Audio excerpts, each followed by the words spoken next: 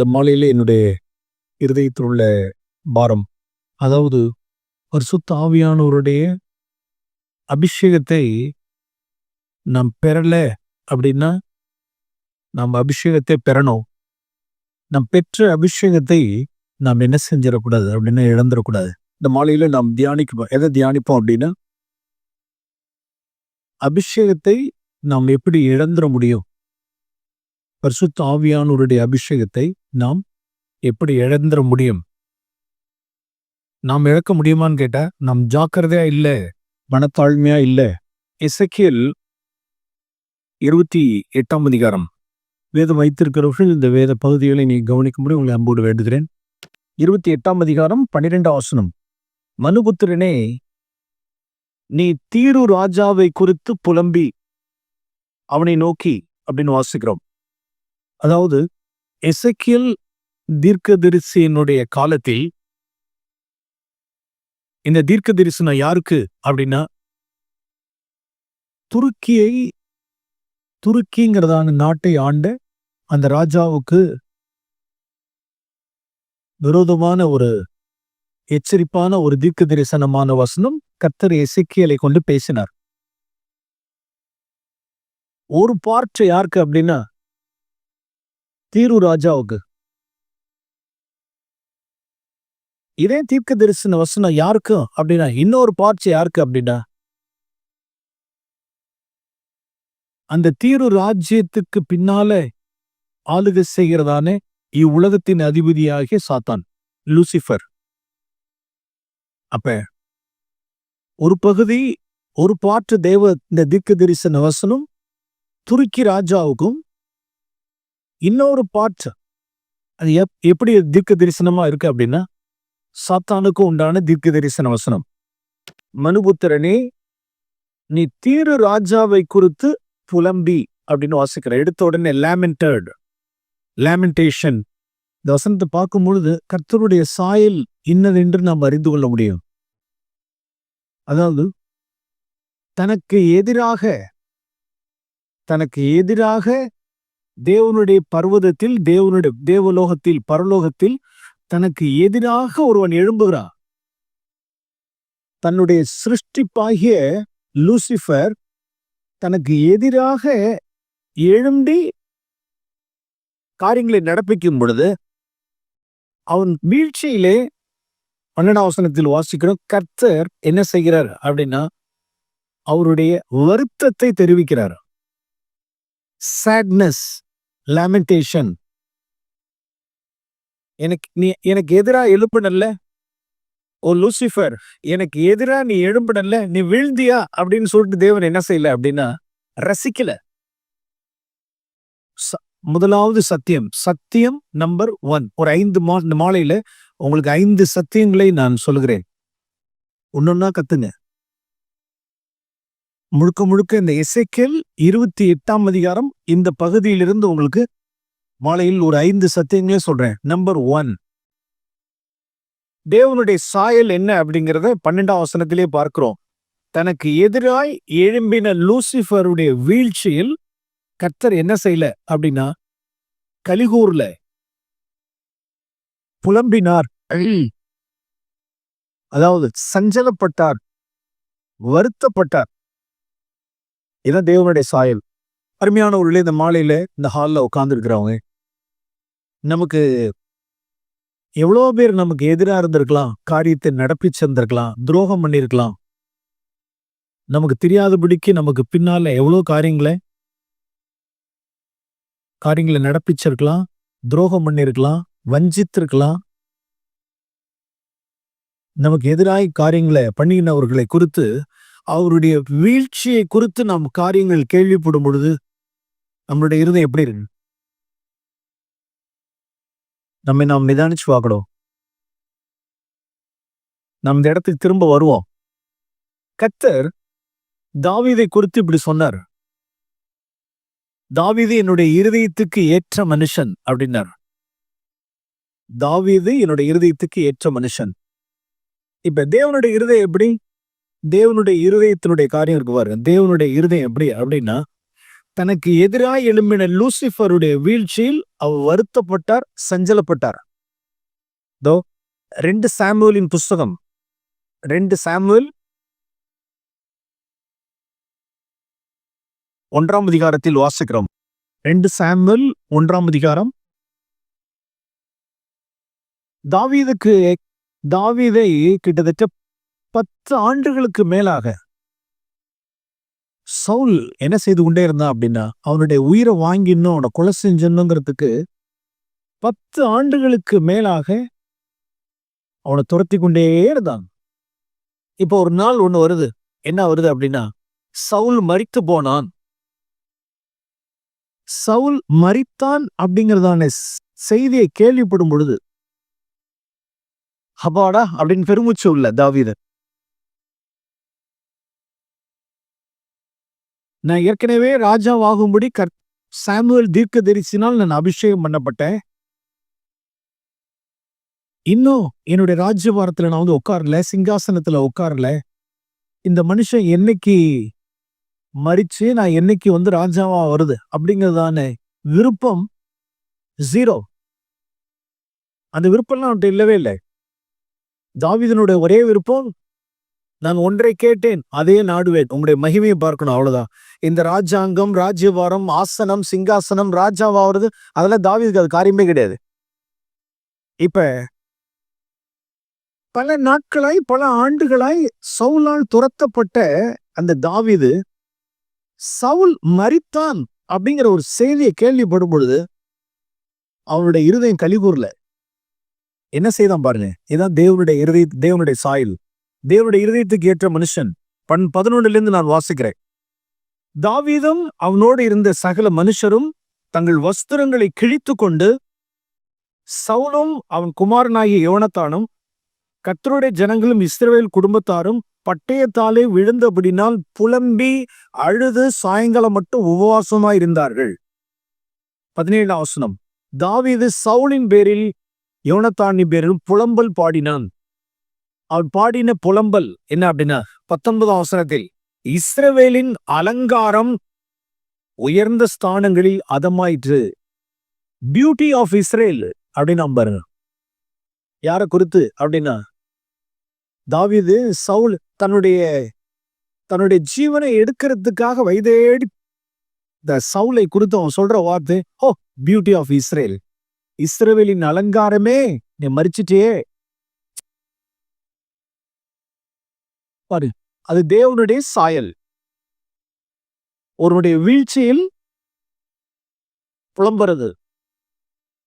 தாவீது தேவனுடைய இருதயத்துக்கு ஏற்ற மனுஷன். சவுலுடைய வீழ்ச்சியில் அவன் புலம்பல் பாடினான். ஆண்டவராகிய இயேசு கிறிஸ்துவை குறித்து நமக்கு தெரியும். நாம் வாசிக்கிறோம், லூக்கால வாசிக்கிறோம். தன்னை ஏற்றுக்கொள்ளாத தேவகுமாரனாக, மெஸ்ஸியாவாக, கிறிஸ்துவாக தன்னை ஏற்றுக்கொள்ளாத கிறிஸ்து இன்னும் சிலுவையில் அறையப்படுவதற்கு முன்னாக ஜெருசலேமை பார்க்கிறார். ஓ ஜெருசலேமே, ஓ எருசலேமே, உன்னை எவ்வளவோ கோழி தன் குஞ்சு சேர்க்கிறது போல உன்னை சேர்த்துக்கொள்ள வகைது என்ன, அறியாம போயிட்டே. தோ நாள் வருகிறது. கர்த்தர் தீர்க்க தரிசனமாய் பார்த்தார். இந்த எருசலேம் தேவாலயம் சத்துருக்களால் சூழ இடிபட்டு ஒரு கல்லின் மேல் கல்லிராதபடிக்கு இந்த தேவனுடைய ஆலயம் இடிக்கப்பட போறத பார்த்து என்ன செய்யறார் அப்படின்னா, அந்த எருசலேமுடைய வீழ்ச்சியை பார்த்து கர்த்தர் கண்ணீர் வடித்தாருன்றது. என்னை ஏற்றுக்கொள்ளல, என்னை கிறிஸ்துவாக மெஸ்ஸியாவாக என்னை ஏற்றுக்கொள்ளல, இந்த வருவான், வாழையெல்லாம் இடிக்கப்படும், தீக்கிரையாக்கப்படும். உங்களுக்கு வேணும்டா, அதெல்லாம் உங்களுக்கு எல்லாம் வேணும். அப்படி இயேசுனுடைய சாயல் இருந்ததான்னு கேட்டா இல்ல. எருசலேமுடைய வீழ்ச்சியில் அவர் கண்ணீர் வடித்தார். லூசிஃபருடைய வீழ்ச்சியில் கர்த்தர் புலம்பினார், சஞ்சலப்பட்டார். சவுலுடைய வீழ்ச்சியில் தாவீது என்ன செய்தான் அப்படின்னா புலம்பல் பாடினான். ஓகே, ஒரு 3 பேரை நாம் பார்க்கிறோம். அருமையானவர்களே, நாம் எந்த கேட்டகரியா இருக்கோம்? நமக்கு தீங்கு செய்கிறவர்கள், துரோகம் பண்ணினவர்கள், பணத்திலே ஏமாற்றினவர்கள், சொத்துல ஏமாற்றினவர்கள், நம்மை காயப்படுத்தினவர்கள், நமக்கு விரோதமாய் பேசினவர்கள், அவர்களெல்லாம் குறித்து இந்த மாலை வேளையில என்னைக்கு அவன் விழுவான், என்னைக்கு அவன் விழுவான், அவருடைய வீழ்ச்சியில அப்படின்னா இன்னும் கர்த்தரை அறியவில்லை. அப்படிப்பட்டவர்கள் இந்த ஹால்ல யாராவது ஒருத்தவங்க இருப்பீங்க அப்படின்னா கர்த்தரை நீங்க என்ன அறியலன்னு அர்த்தம். தேவன் அறியல. அது தேவனுடைய சாயல் அல்ல. மற்றவருடைய வீழ்ச்சியில் ஒரு இருதயம் கலிகூறுமானால் ரெண்டு ரெண்டு சகோதரர்கள் ஒருவருக்கு ஒருவர் விரோதமான சகோதரர்களா இருக்கிறாங்க. சொத்து பத்துல இவர் ஏமாத்திட்டாருங்கிறாங்க, இவர்ல அவர் ஏமாத்திட்டாருங்கிறாங்க, 2 பேர் இருக்கிறாங்க.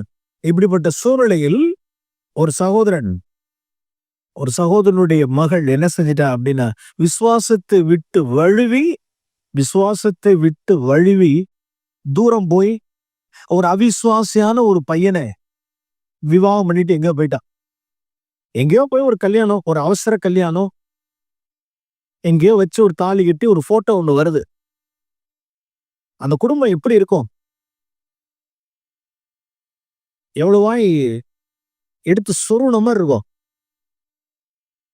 தன்னுடைய மகள் இப்படி தூரம் போயிட்டா, இந்த மாதிரி திருமணம் ஆயிடுச்சுங்கிற காரியத்தை கேள்விப்படும் பொழுது ஒரு குடும்பம் அழுது புலம்பிக்கிட்டு இருக்கு. இன்னொரு குடும்பம் என்ன பண்ணுது அப்படின்னா வாட்ஸ்அப்ல ஸ்டேட்டஸ் அனுப்பிச்சுடுறான். பாருங்க, வாட்ஸ்அப்ல அந்த பிக்சரை எடுத்து விட்டு அப்படியே போகுது, அது பாட்டு போகுது. அத ரசிக்கிறாங்க பாத்தியா? எனக்கு எகென்ஸ்டா நடந்தல்ல, எனக்கு விரோதமா நீ பேசினல்ல, எனக்கு விரோதமா காரியங்களை நடப்பிச்சல்ல, சொத்து பத்துல நீ ஏமாத்தனல்ல, இப்ப நடந்தது பாத்தியா? உன் பொண்ணுடைய நிலைமைய பாத்தியா? ஒருத்தனோட போயிட்டா பாத்தியா? போட்டோ வந்திருக்கு பாத்தியா? இந்த போட்டோவை என்னால எவ்வளவு தூரத்துக்கு அனுப்பிச்சு விட முடியுமோ அனுப்பிச்சு விடுறேன் அப்படின்னா, ஓ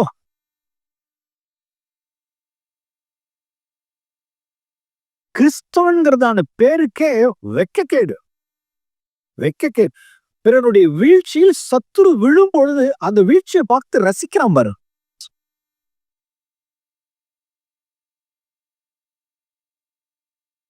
அந்த நபர்கிட்ட அந்த விசுவாசினிடத்துல இப்படிதான் கேட்டேன். உன்னுடைய மகள் இன்னொருவனோடு கூட போயிட்டா இப்படி ஸ்டேட்டஸ் வச்சு நீ சர்க்குலர் பண்ணி விடுவ, எல்லாத்தையும் அனுப்பிச்சு விடுவ. ஓ மகனோ இது போல இப்படி போய் திருமணம் பண்ணியிருந்தா அனுப்பிச்சு விடுவேன். ஊடாவுட்டு மக தானே, யாருடைய மக தானே, விடுவிட்டோம். பழைய ஏற்பாட்டுல சொல்லப்பட்டிருக்கு. யாத்ரா புஸ்தகம் 23ஆம் அதிகாரம் பழைய உடன்படிக்கையிலே கர்த்தர் போதிச்சு கொடுத்திருக்கிறார். யாத்ரா புஸ்தகம் 23ஆம் அதிகாரம் 4ஆம் வசனத்தில் வாசிக்கிறோம். உன் சத்துருவின் மாடாவது அவனுடைய கழுதையாவது தப்பி போக கண்டால் அதை திரும்ப அவனிடத்தில் கொண்டு போய் விடுவாயாக. உன்னை பகைக்கிற உன்னுடைய கழுதை சுமையோட விழுந்து கிடக்க கண்டாயானால் அதற்கு உதவி செய்யாதிருக்கலாமா? அவசியமாய் அவனோட கூட அதற்கு உதவி செய்வாயாக. Praise the Lord. Old Testament பழைய ஏற்பாட்டில் உள்ள வசனம் ஒரு இஸ்ரவேலனுக்கு எழுதி கொடுக்கப்பட்டது. பழைய ஏற்பாட்டில் உள்ள ஒரு விசுவாசிக்கு எழுத கொடுக்கப்பட்டிருக்கு. சத்துருவனுடைய மாடோ கழுதையோ, மாட்டுக்கும் கழுதைக்குமே இவ்வளவு கர்த்தர் கரிசனையா இருப்பானால் நம்மளுடைய எதிராளியினுடைய நமக்கு விரோதமாய் நம்மை பகைக்கிறவர்களுடைய தீங்கு செய்கிறவர்களுடைய கழுதைக்கும் மாட்டுக்கும் ஒரு காரியம் எப்படி நடக்குமானால் அதை குறித்தே நாம் எப்படி நடக்கணும்னு சொன்ன கர்த்தர் அவனுடைய மகன் மற்ற காரியங்கள் இதெல்லாம் கேள்விப்பட்டா எப்படி இருக்கும்? அருமையானவர்களே, நம்மளுடைய சிந்தையை புதுப்பித்துக் கொள்வோம். தகப்பனே, என் மனநிலையை நான் மாத்துட்டோம். என்னுடைய இருதயம் சத்துருடைய வீழ்ச்சியில் கலிகூறாமல் இருப்பதாக. அனந்தர்புல் அந்த பகுதியில சிலர்லாம் இன்னும் சங்கீதம் 109 நிக்கிறாங்க. சங்கீத புஸ்தகம் 109வது சங்கீதம். அநேக கிறிஸ்தவர்கள் இதுல வெல் செட்டில்டு இன் Psalm 109. சங்கீதம் 109வது சங்கீதம். அருமையானவர்களே, இந்த சங்கீதம் நமக்குரிய சங்கீதம் அல்ல. புதிய உடன்படிக்கையில் ஆண்டவர் இரட்சகருமாகிய இயேசு கிறிஸ்துவை விசுவாசித்து பின்பற்றுகிறவர்களுக்கு உண்டான சங்கீத பகுதி கிடையாது. இது பழைய ஏற்பாட்டினுடைய விசுவாசிக்கு சங்கீதம் 109. என்ன அப்படின்னா, எது வரைக்கும் நாம் இந்த சங்கீதத்தை நாம் எடுத்துக்கலாம் அப்படின்னா, இந்த பாருங்க 2ஆம் வசனத்திலிருந்து சங்கீதம் 109 2ஆம் வசனம். துன்மார்க்கனுடைய வாயும் கபட்டு வாயும் எனக்கு விரோதமாய் திறந்திருக்கிறது. கள்ளத்தனமாய் பேசுகிறார்கள். பகை உண்டாக்கும் வார்த்தைகளால் என்னை சூழ்ந்து கொண்டு முகாந்திரம் இல்லாமல் என்னோடு சண்டை செய்கிறார்கள். என் சிநேகிதத்துக்கு பதிலாக என்னை விரோதிக்கிறார்கள். நானோ ஜெபம் பண்ணி கொண்டிருக்கிறேன். அவ்வளவுதான். அதோட நிப்பாட்டிக்கணும். அதுக்கு கீழே நீங்க இறங்கிடக்கூடாது. அது புதிய ஏற்பாட்டு நிறைய பேருக்கு தெரியாது. இது பைபிள்ல இருக்கு. இதை பைபிளை படிச்சுட்டு இப்படிதான் இருக்கும்னு நினைக்க கூடாது. நாம் புதிய உடன்படிக்கையினுடைய கிறிஸ்தவர்கள், கிறிஸ்துவை பின்பற்றுகிற சீஷர்கள், மோசையை பின்பற்றுகிறவர்கள் அல்ல. தாவீது என்ன ஜெபம் பண்ணுவார் பாருங்க. என்ன பகைச்சான்ல, 6ஆம் வசனம். அவனுக்கு மேலாக துஷ்டனை ஏற்படுத்தி வையும், சாத்தான் வலது பக்கத்துல நிப்பானாக. 8ஆம் வசனம். அவன் நாள் கொஞ்சமா போட்டோம், அவன் உத்தியோகத்தை வேறொருத்தன் பெறட்டும், அவன் பிள்ளைங்க திக்கெட்டு போட்டோம், மனைவி விதவை ஆகட்டும், பிள்ளைகளை அலைஞ்சு பிச்சை எடுக்கட்டும். 11 கடன் கொடுத்தவன் அவனுக்கு உள்ளதெல்லாம் அபகரிச்சுட்டு போட்டோம். 13ஆம் வசனம். அவன் சந்ததி நிர்மூலமா போகட்டும். 20ஆம் வசனம் பாருங்க. 20ஆம் வசனம். இதுதான் என்னை விரோதிக்கிறவர்களுக்கும் என் ஆத்துமாவுக்கு விரோதமாய் தீங்கு பேசுகிறவர்களுக்கும் கர்த்தரால் வரும் பலன் அப்படிங்கிற இந்த பகுதியை, பிரியமானவர்களே, புதிய உடன்படிக்கையில் இருக்கிற நீங்களும் நானும் இந்த பகுதியை தொடவே கூடாது. இவ்வளவு நாட்கள் அறியாமல் இந்த வசனத்தை ஏதாவது பயன்படுத்தி இருந்திருப்போமானால், தகப்பனே என்னுடைய அறியாமை எனக்கு மன்னியும், என்னை தொட்டல்ல, நான் கர்த்தருடைய பிள்ளை, உனக்கு என்ன ஆகுது பாரு. இன்னும் சில விசுவாசிகள் மாத்திரம் இல்ல, சில ஊழியக்காரர்கள் இருக்காங்க பயமுறுத்துறது. அவன் கிறிஸ்துவனுடைய சிந்தை என்ன அறியல. தாவீது என்ன சொல்றார்? பழைய ஏற்பாட்டு மனுஷன் இவ்வளத்தையும் பண்ணிட்டு, இதுதான் என்னை விரோதிக்கிறவர்களுக்கு, என் ஆத்துமாவுக்கு விரோதமாய் தீங்கு பேசுறவர்களுக்கும் கர்த்தரால் வரும் பலன். ஜீசஸ், நாம் இயேசுவை பின்பற்றுகிறோம். மத்தேயு எழுதின சுவிசேஷம் 12ஆம் அதிகாரம். மத்தேயு எழுதின சுவிசேஷம் 12ஆம் அதிகாரம். எனக்கு விரோதமாய் தீங்கு செய்கிறவர்களுக்கும் விரோதமாய் பேசுகிறவர்களுக்கும் கர்த்தரால் ஒரு பலன் என்னங்கிறது இங்க இருக்கு பாருங்க. இயேசுனுடைய சீஷர்களுக்கு மத்தேயு எழுதின சுவிசேஷம் 12ஆம் அதிகாரம் 32ஆம் வசனம். அது பழைய ஏற்பாட்டு வசனம், இது புதிய ஏற்பாட்டு வசனம். எவனாகிலும் 32 மனுஷகுமாரனுக்கு விரோதமாய் வார்த்தை சொன்னால் அது அவனுக்கு மன்னிக்கப்படும். Price the Lord. விரோதமாய் பேசினாலும் சரி, விரோதித்தாலும் சரி, தீங்கு பேசினாலும் சரி, பின்னால காரியங்களை என்ன செஞ்சாலும் சரி, அருமையானவர்களே, கிறிஸ்துவனுடைய சிந்தை உடையவர்களாய் நாம் இருப்போம். ஆனாலும் தாவீதனுடைய ஒரு காலகட்டத்தில் தன்னுடைய சத்ருவனுடைய வீழ்ச்சியில் அவன் என்ன செய்யல அப்படின்னா, அவனுடைய வீழ்ச்சியில் அப்படி ஒரு காலகட்டத்தில் அவன் ஜெபம் பண்ணியிருந்தாலும் சவுலுடைய வீழ்ச்சியில் அவன் குளம்பல் பாடினான். ஓகே, நாம் எசேக்கியேல் 28க்கே நாம் திருப்போம். எசேக்கியேல் 28ஆம் அதிகாரம் 2வது சத்தியம். அங்கே லூசிஃபரை குறித்து, அவன் சாத்தானாய் மாறுவதற்கு முன்பாக தேவதூதனாய் இருந்தவனுடைய காரியங்கள் என்னென்னலாம் சொல்லப்படுது. அந்த லூசிஃபருக்கு என்னென்னலாம் இருக்கு பாருங்க. 12ஆம் வசனத்தில் வாசிக்கிறோம். நம்பர் 1 ஞானத்தால் நிறைந்தவன். நம்பர் 1 ஞானம், full of wisdom. Number 2 perfect beauty, பூர்ண அழகுள்ளவன். நம்பர் 3 மூணாவது விஷயம் என்ன போட்டிருக்கு பாருங்க. 14ஆம் வசனத்தில் இருக்குல்ல, அபிஷேகம் பண்ணப்பட்ட கேரூப், அனாயிண்டட். நம்பர் 4 கீழே வாசிக்கிறோம். 15ஆம் வசனத்துல வாசிக்கிறோம். உன் வழிகளில் குறையற்று இருந்தாய், பிளேம்லெஸ். லூசிஃபர்ட்ட என்ன இல்லை அப்படின்னா பிளேம்லெஸ், ஒரு குறை இல்ல. அபிஷேகம் பண்ணப்பட்டவன், பூர்ண அழகுள்ளவன், ஞானத்தால் நிறைந்தவன். ஓகே, 5வது காரியம் இங்க வாசிக்கிறோம். 16ஆம் வசனத்தில் வாசிக்கிறோம். உன் வியாபாரத்தின் மிகுதியினால், abundance of trade. அது என்ன வியாபாரம்? பரலோகத்தில் அவன் என்ன வியாபாரம் பண்ணிட்டு இருக்கான்? லூசிஃபர் தேவனுடைய பர்வதத்தில் அவன் என்ன வியாபாரமா பண்ணிட்டு இருக்கான்? அவனுடைய வியாபாரம், வர்த்தகம், வியாபாரம் அப்படின்னா ஊழியத்தினுடைய மிகுதி. அவனுடைய ஊழியம் கோடா கோடி தேவதூதர்கள் மத்தியில அவனுக்கு இருந்த ஊழியம். சிலருடைய மினிஸ்ட்ரி எல்லாம் அபண்டன்ஸ்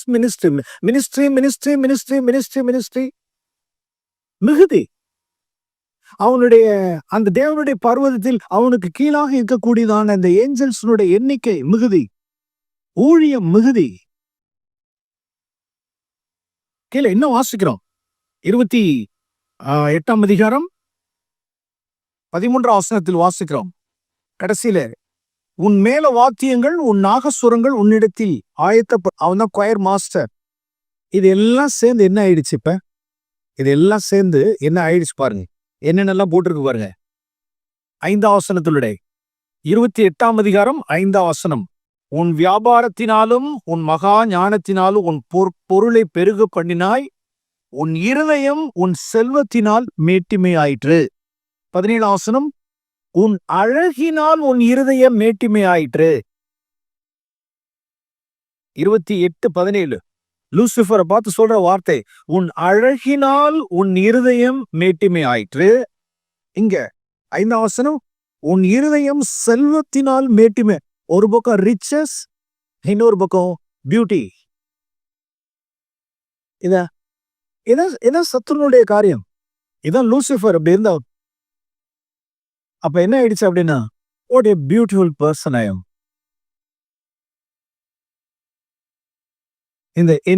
இந்த பரலோகத்தில் இருக்கிற 1000-10,000 தேவதூதர்களுக்கு முன்னாக what a beautiful person I am. நான் எவ்வளவு பெரியதான அழகுள்ளவன், எவ்வளவு ஞானம் உள்ளவன், எவ்வளவு செல்வம் உள்ளவன் அப்படிங்கிறதான அந்த அழகு, அந்த ரிச்சஸ், அந்த ஊழியம், அந்த ஞானம், அந்த அபிஷேகத்தின் நிமித்தம் தன்னை எல்லாருக்கும் மேலாக தன்னை உயர்த்தி ஐ எம் சம்திங். இங்கதான் வீழ்ச்சி எங்க ஸ்டார்ட் ஆனிச்சு அப்படின்னா, விழுந்து போகுதல் எங்க ஸ்டார்ட் ஆனிச்சு அப்படின்னா பரலோகத்தில் ஸ்டார்ட் ஆனிச்சு. அவனிடத்துல சில பாடங்கள் எல்லாம் நாம் கத்துக்கணும். 1 கொரிந்தியரின் புஸ்தகம் 4ஆம் அதிகாரம். 1 கொரிந்தியர், இந்த சிந்தை, அந்த லூசிஃபருக்கு இந்த சிந்தை உண்டாயிருக்கணும். என்ன சிந்தை? 1 கொரிந்தியர் 4ஆம் அதிகாரம். 1 கொரிந்தியர் 4ஆம் அதிகாரம் 7ஆம் வசனத்தில் வாசிக்கிறோம். இன்னைக்கு காலையில ஆராதனையில கூட சகோதரன் ரீபத் அந்த வார்த்தையை கொண்டு வந்தார். நீங்க கவனிச்சிருப்பீங்க. 1 கொரிந்தியர் 4ஆம் அதிகாரம் 7ஆம் வசனம். இந்த வார்த்தையை லூசிஃபரை பார்த்து கேட்கிற மாதிரி இப்ப நான் வாசிக்கவா?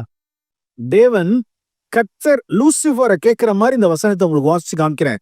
லூசிஃபர், உன்னை விசேஷித்தவனாகும்படி செய்தது யார்? உனக்கு உண்டாயிருந்தவைகளில் நீ பெற்றுக்கொள்ளாதது யாரு? நான் தானே கொடுத்தேன். அபிஷேகத்தை நான் தானே கொடுத்தேன், அழகை நான் தானே கொடுத்தேன், ஞானத்தை நான் தானே கொடுத்தேன், ஊழியத்தை நான் தானே கொடுத்தேன், செல்வத்தை நான் தானே கொடுத்தேன், உனக்கு உண்டான எல்லா அறிவை நான் தானே கொடுத்தேன், திறமைகளை நான் தானே கொடுத்தேன். எல்லாம் நான் உனக்கு கொடுத்து நீ பெற்றுக்கொண்டு ஏன் என்ன போராடுற? நீ ஏதாவது மேனுஃபேக்சர் பண்ணியா? நீ லூசிஃபர், நீ ஏதாவது தயாரிச்சியா? நீ ஏதாவது தயாரிச்சான்னு சொல்லு. ஏதாவது நான் மேனுஃபேக்சர் பண்ணேன், நான் ப்ரொடியூஸ் பண்ணேன் அப்படின்னு சொல்றதுக்கு ஏதாவது ஒண்ணு காமி.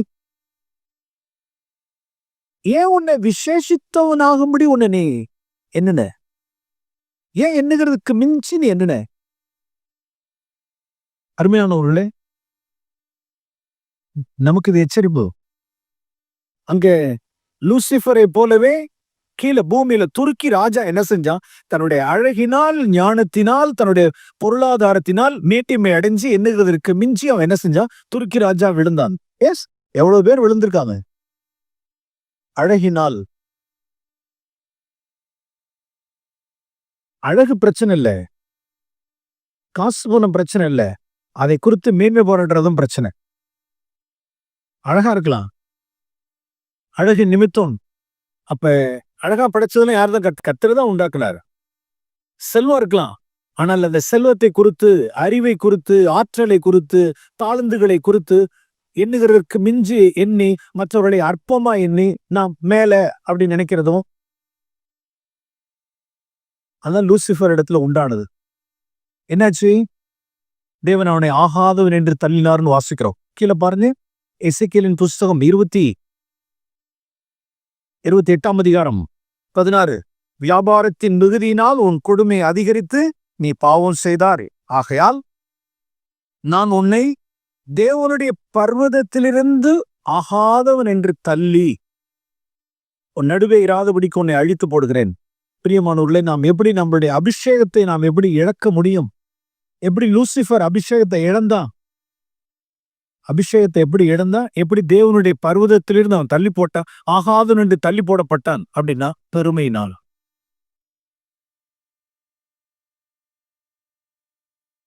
இன்னொரு காரியத்தை வாசிக்கிறோம் 17ஆம் வசனத்துல. உன் அழகினால் உன் இருதயம் மீட்டிமை ஆயிற்று, உன் மினுக்கினால் உன் ஞானத்தை நீ கெடுத்தாய், உன் மினுக்கினால் உன் ஞானத்தை கெடுத்தாய், உன்னை தரையில தள்ளி போடுவேன். அதாவது ஞானம் கெட்டு போச்சுன்னா அதுக்கு பேர் தந்திரம். when wisdom is corrupted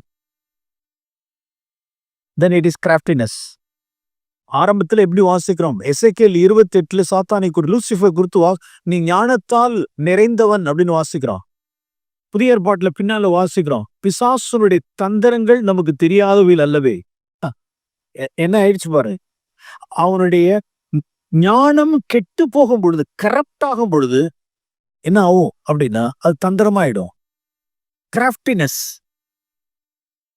உன் மினுக்கினால் உன் ஞானத்தை நீ கெடுத்தாய்.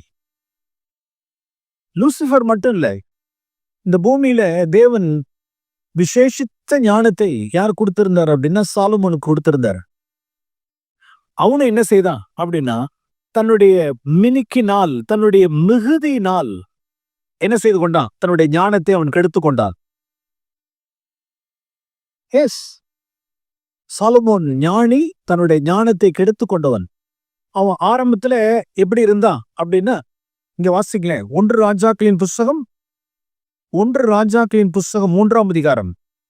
சாலமோன் ஞானி எப்படி ஆரம்பம் நல்ல ஆரம்பம்.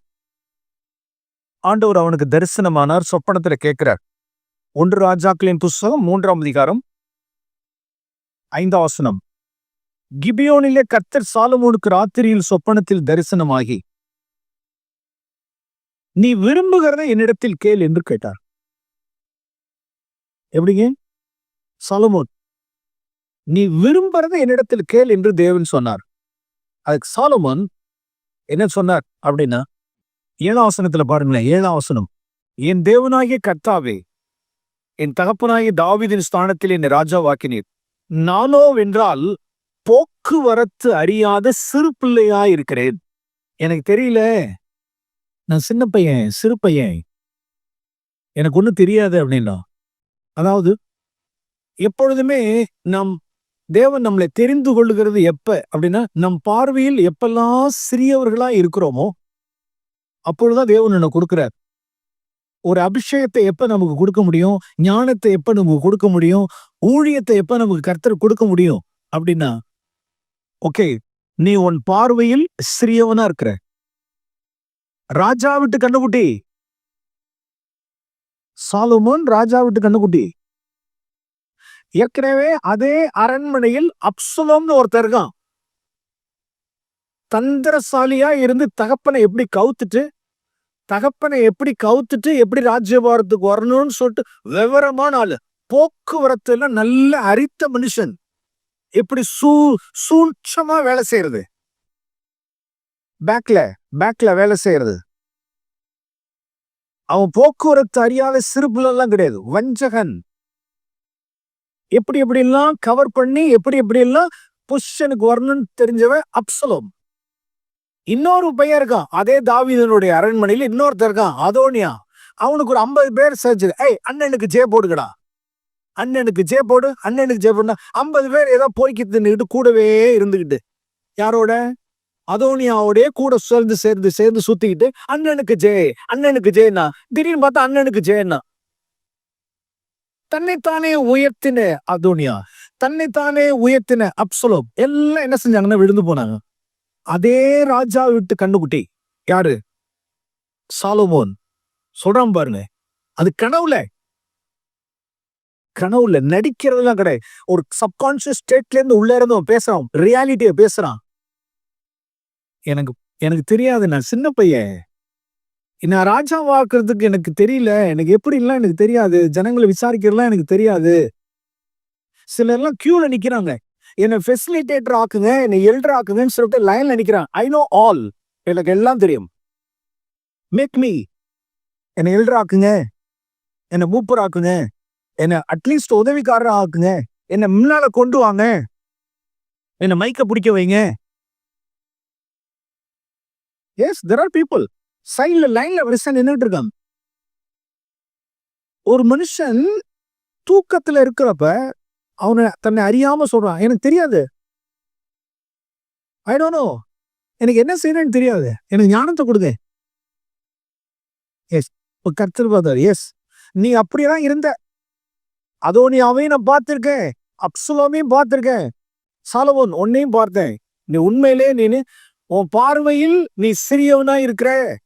ஒரு ராஜா அரண்மனையில் நீ இருந்தாலும், ராஜா விட்டு கண்ணுக்குட்டியா நீ இருந்தாலும், உன் பார்வையில் நீ சிறியவனா இருக்கிற அப்படின்னா உனக்கு இந்த ஞானத்தை தருகிறேன் அப்படின்னா ஞானத்தை கொடுத்தார்.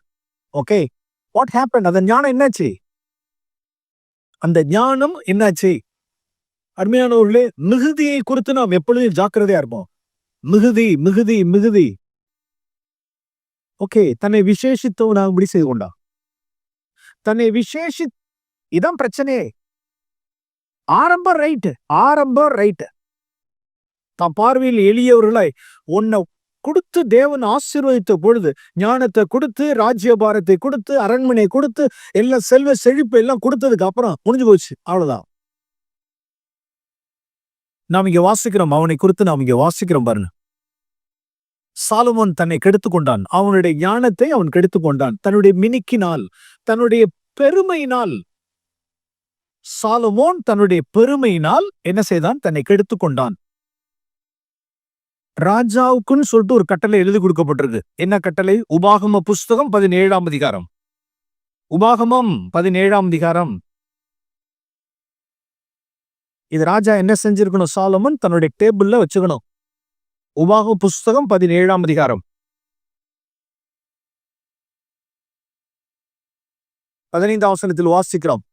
உபாகமம் 17:15. உன் தேவனாகிய கர்த்தர் தெரிந்து கொள்பவனை உனக்கு ராஜாவாக வைக்க கடவாய். தேவன் கர்த்தர் தெரிந்து கொள்பவனை ராஜாவாக வைக்க கடவாய். ஓகே, இப்ப அந்த ராஜா என்ன செய்யணுமா அப்படின்னா வரிசை என்னென்ன காரியங்கள் இருக்கு பாருங்க. 16ஆம் வசனம். அவன் அநேக குதிரைகளை சம்பாதிக்க கூடாது. அப்படின்னு என்ன அர்த்தம் அப்படின்னா,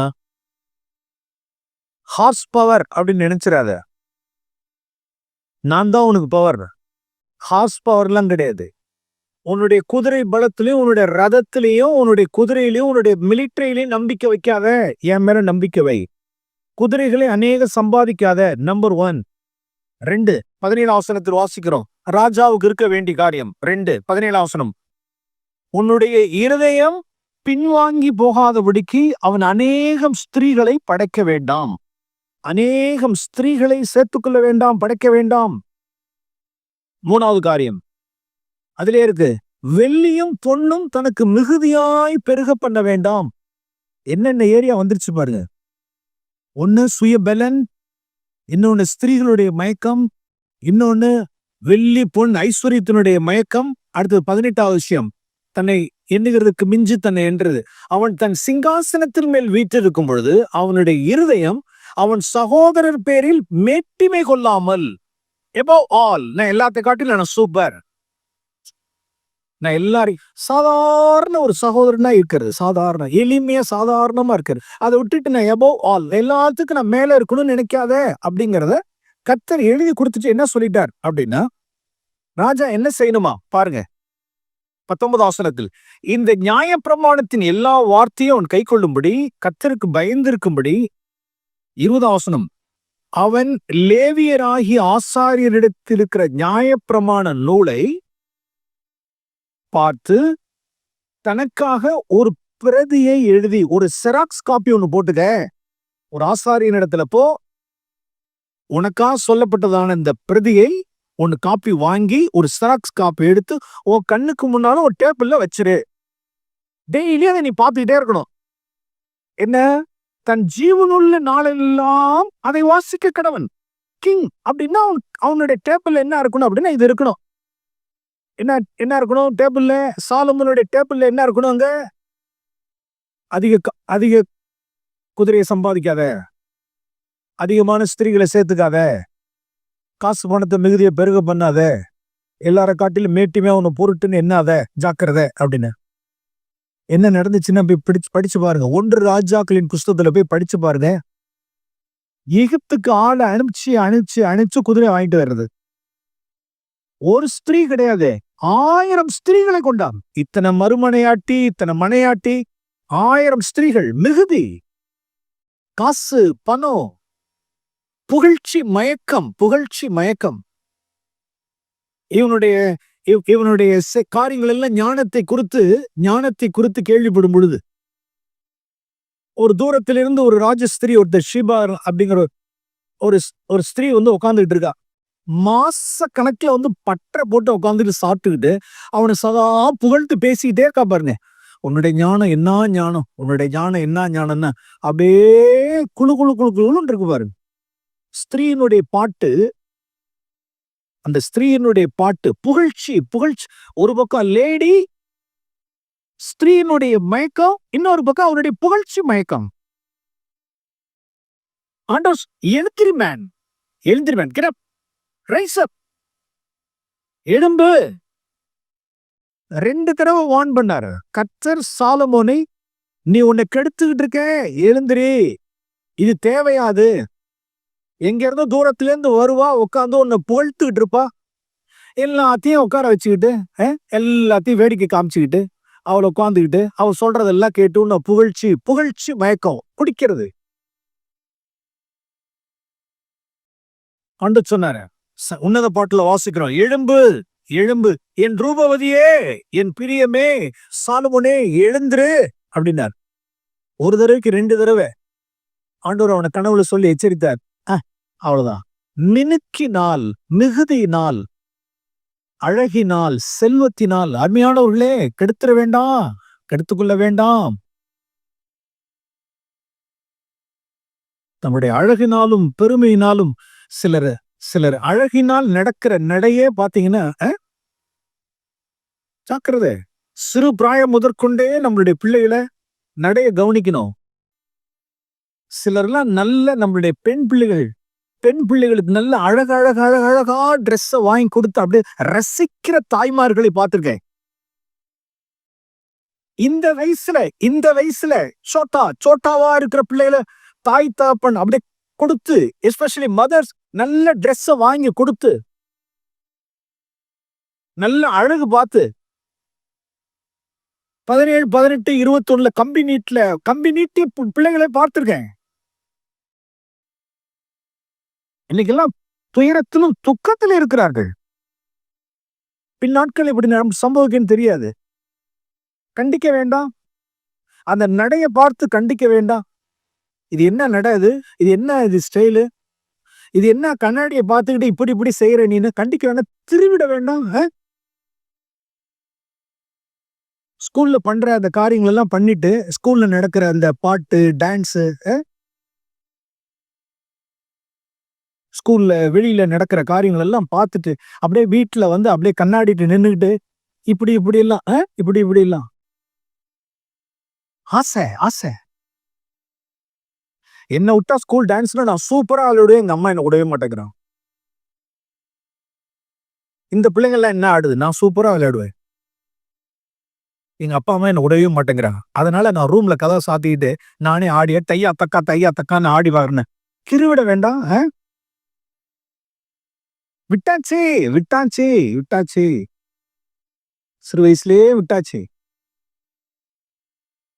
பெருமை அழகினால், வெள்ளத்தோளா இருக்கிறதுனால பிரச்சனையே கிடையாது. அழகா இருக்கலாம், காசு பணம் இருக்கலாம், மேன்மை பாராட்டக்கூடாது. தனக்கு விசேஷித்தவர்களாக எண்ணக்கூடாது. அடுத்தவர்களை அற்பமா எண்ணக்கூடாது. இவர்களை காட்டில நான் மேல அப்படின்னு நினைக்க கூடாது. கர்த்தர் எழுதி வச்சுக்கன்னு சொன்னார். ராஜா எழுதி வச்சுக்க, சாலமோன் ஒரு டேபிள்ல எழுதி வச்சுக்கன்னு சொன்னாரு. அவ்வளவுதான்.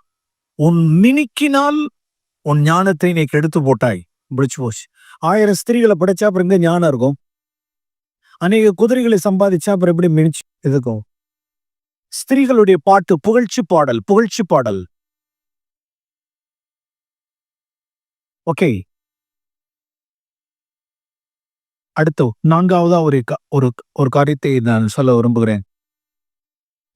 ஞானத்தை நாம் பெருமையினால் புகழ்ச்சியை தேடுவர். மனுஷருடைய கனத்தையும் மகிமையும் நாம் தேடுகிறபடியால், அதை ஏற்றுக்கொள்ளுகிறபடினாலும் தேடுகிறபடினாலும் நம்மளுடைய ஞானத்தை நாம் என்ன செஞ்சிரும்? நாம் கெடுத்துருவோம். சாலோமன் கெடுத்து கொண்டான், ஆகாதவனாய் தள்ளப்பட்டான். லூசிபர் ஆகாதவனாய் தள்ளப்பட்டான். சாலமோன் ஆகாதவனாய் தள்ளப்பட்டான். இன்னொரு 10 நிமிஷம் ஆகாதவனாய் தள்ளப்பட்ட இன்னொரு மனுஷனையும் காண்பிக்கிறேன். 1 சாமுவேலின் புஸ்தகம் 15ஆம் அதிகாரம். 1 சாமுவேல் 15ஆம் அதிகாரம். தேவன் எவனை சவுல் ராஜாவை எப்படி தெரிந்து கொண்டார் அப்படின்னா 1 சாமுவேல் 15ஆம் அதிகாரம். சாலமோன் தன்னுடைய பார்வையில் சிறு பிள்ளையாய் இருந்த பொழுது கர்த்தர் அவனுக்கு ஞானத்தை கொடுத்தார், அபிஷேகத்தை கொடுத்தார். ஓகே, இங்க 1 சாமுவேலின் புஸ்தகம் 15ஆம் அதிகாரம் 17ஆம் வசனம். அப்பொழுது சாமுவேல் சவுலை பார்த்து கேட்கிறார், நீர் உம்முடைய பார்வைக்கு சிறியவராய் இருந்தபோது அல்லவோ, உன் பார்வையில் சிறியவனாய் இருந்தபோது அல்லவோ இஸ்ரவேல் கோத்திரங்களுக்கு தலைவரானீர், கர்த்தர் உம்மை இஸ்ரவேலின் மேல் ராஜாவாக அபிஷேகம் பண்ணுவித்தாரே. எஸ், எப்ப தேவன் நம்மை அபிஷேகம் பண்ண முடியும்?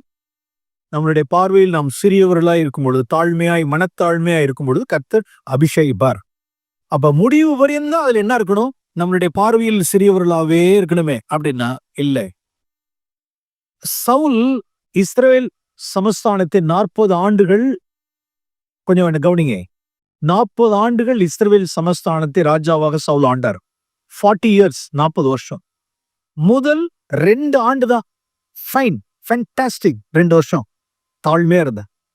2 வருஷம், 2 வருஷத்துல பாக்கி இருக்கிற 38 வருஷம் என்னடா நேட்டா, 38 வருஷமும் அந்த சிங்காசனத்துல உட்காந்துட்டான்.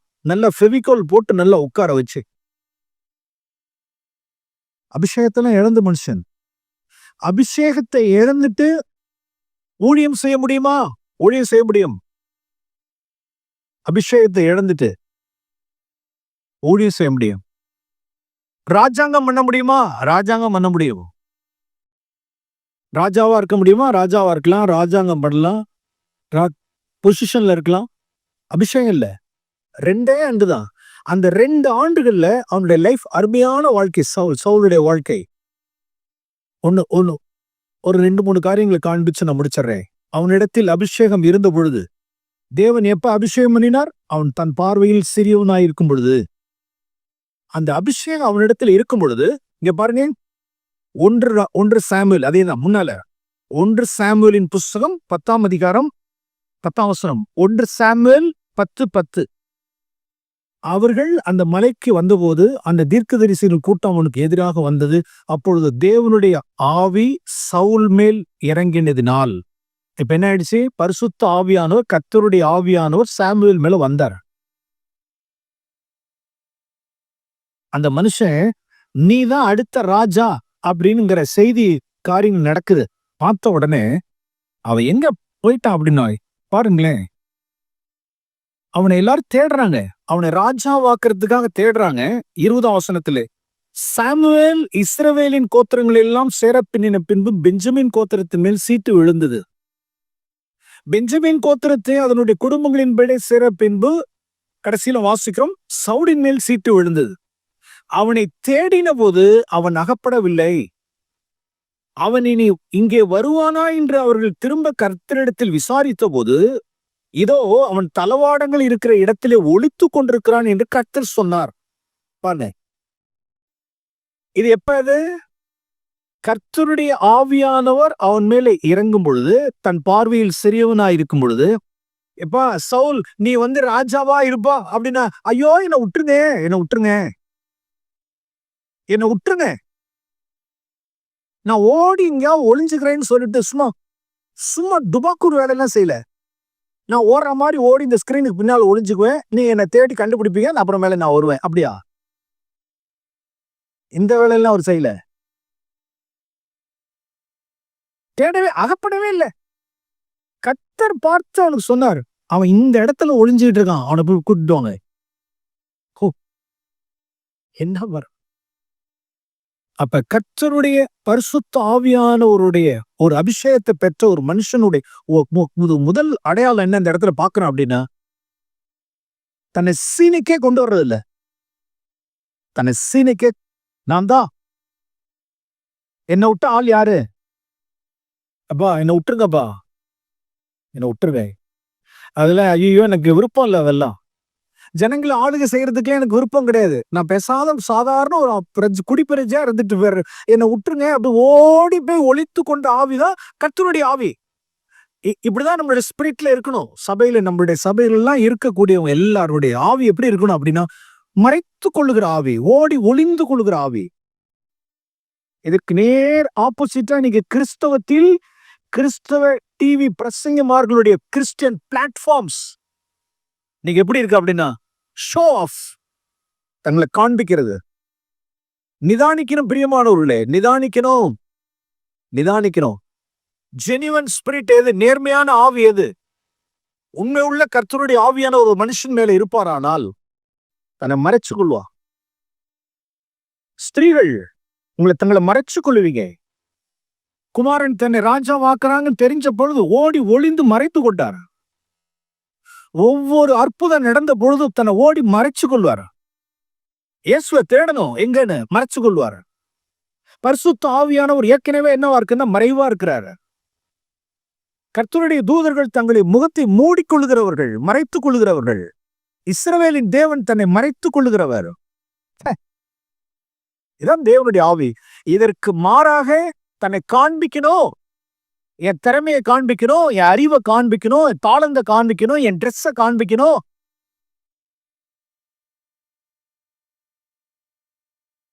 மனம் திரும்பணும்.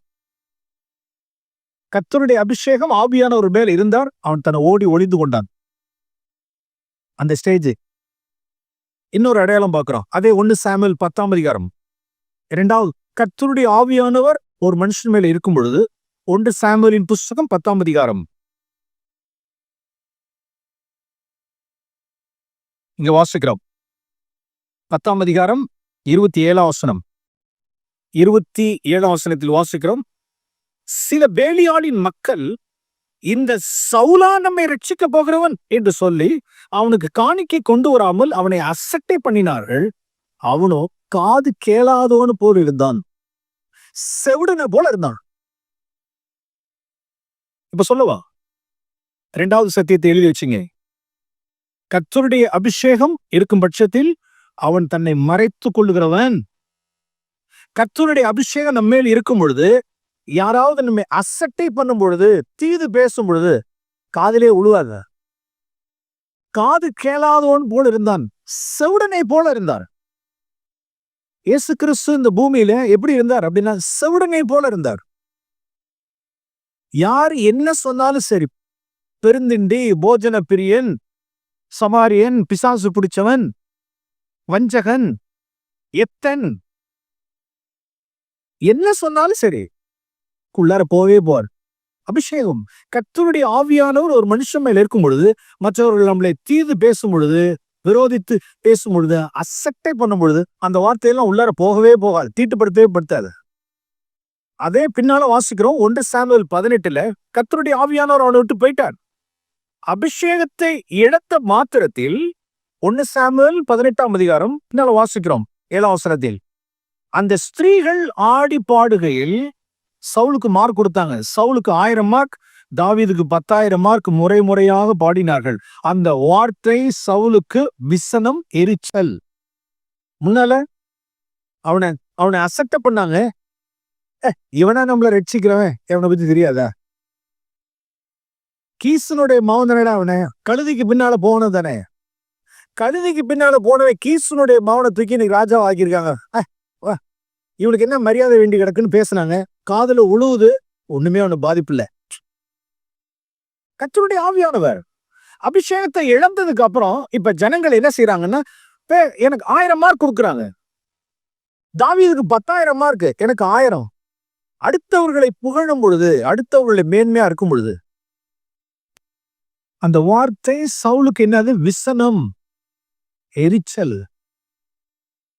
சபையிலே நாம் இருக்கிறதான சில சபைகள்ல நம்மை குறைவா எண்ணப்பட்டு இன்னொருத்தவங்க என்ன செய்யறாங்க? மேன்மை எண்ணப்படும் பொழுது, ஒருத்தரை குறித்து நாம் நல்லா செய்யும் பொழுது, அந்த என்ன வரக்கூடாது அப்படின்னா, கர்த்தருடைய ஆவியானவர் நம்ம இழந்துட்டோம்னு அர்த்தம். ஓகே, மூன்றாவது அடையாளம். கர்த்தருடைய பரிசுத்த ஆவியானவர் இருக்கும் பொழுது, எனக்கு சாமுவேல் வேணும், சாமுவேலுடைய ஆலோசனை வேணும், சாமுவேலுடைய வழி நடத்தல் வேணும், சாமுவேல்கிட்ட ஒரு தீர்க்க தரிசன வசனம் கேட்கணுங்கிறதான ஒரு எண்ணம் இருந்துச்சு. 2 வருஷம் கழிச்சு, எதுக்கு இந்த கிழமை? எப்ப பார்த்தாலும் இந்த கிழவனுடைய டைரக்ஷன் நமக்கு வேணுமா? எல்லாம் எனக்கு 2 வருஷம் எனக்கு எல்லாம் தெரிஞ்சு போச்சு. இண்டிபெண்டன்ட் ஸ்பிரிட், தனித்துவமாய் ஆளுக்கு செய்யணும், அவ்வளவுதான். 2 வருஷம் தான். இந்த கிழவனுடைய டைரக்ஷன்ல எனக்கு வழி நடத்துதெல்லாம் எனக்கு வேண்டாம். நான் தனிக்காட்டு ராஜா, நானா முடிவு பண்ணிக்குவேன். நீ என்ன சொல்றது, நான் என்ன கேட்கறது? நானாவே பலி செலுத்துவேன். வர்றீங்களான்னு பாப்பா, வரலன்னா நானா பலி செலுத்துவேன். நீ என்ன சொல்றது, நான் என்ன கேட்கறதுங்கிற ஸ்பிரிட் வந்து எத்தனை வருஷம்? 2 வருஷம் கழிச்சு முடிஞ்சு போச்சு, அவ்வளவு. சீட்டு கிழிஞ்சு போச்சு. பரிசுத்தம் ஏன்? பெருமை, பெருமை, பெருமை, பெருமை. கனத்தை தேடின காரியம். என்னை கனம் பண்ணு, என்னை கனம் பண்ணு, என்னை கனம் பண்ணு, என்னை கனம் பண்ணு. அருமையானவர்களே, சவுல் ஆகாதவனாய் போனான்.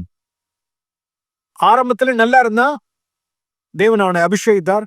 2 வருஷம் கழிச்சு அவன் பார்வையில் அவன் பெரியவனான.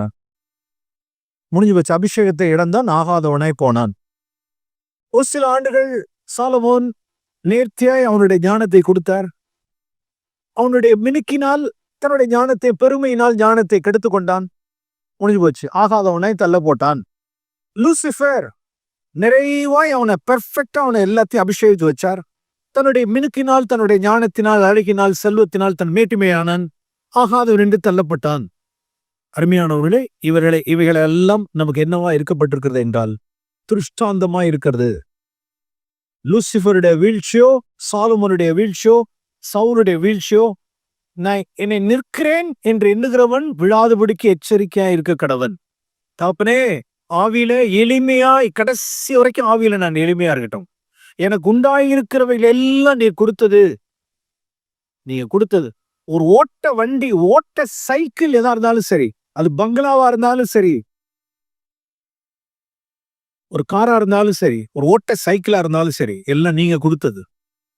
பிள்ளைகள் நீங்க கொடுத்தது, ஞானம் நீங்க கொடுத்தது, புத்தி நீங்க கொடுத்தது, சம்பாதிக்கிறதுக்கு வேண்டிய பலன் நீங்க கொடுத்தது, அழகு நீங்க கொடுத்தது, திறமை நீங்க கொடுத்தது, இங்கிலீஷ் நீங்க கொடுத்தது. நான் எதுவும் தயாரிக்கல, எல்லா இடத்திலும் நான் பெற்றுக்கொண்டேன். மனத்தாழ்மையா நான் இருக்கட்டும். என்னங்கிறதுக்கு மிஞ்சி என்னிட வேண்டாம், என்னை காண்பிக்கிறவனா இருக்க வேண்டாம். பிரியமானவர்களே, லூசிஃபருடைய வீழ்ச்சியிலும் சவுலுடைய வீழ்ச்சியிலிருந்தும் சாலமோனுடைய வீழ்ச்சியிலிருந்தும் சில பாடங்களை நாம் கற்றுக்கொண்டிருக்கிறோம். கர்த்தர் நம்ம ஒவ்வொருவருக்கு கிருபை செய்வாராக.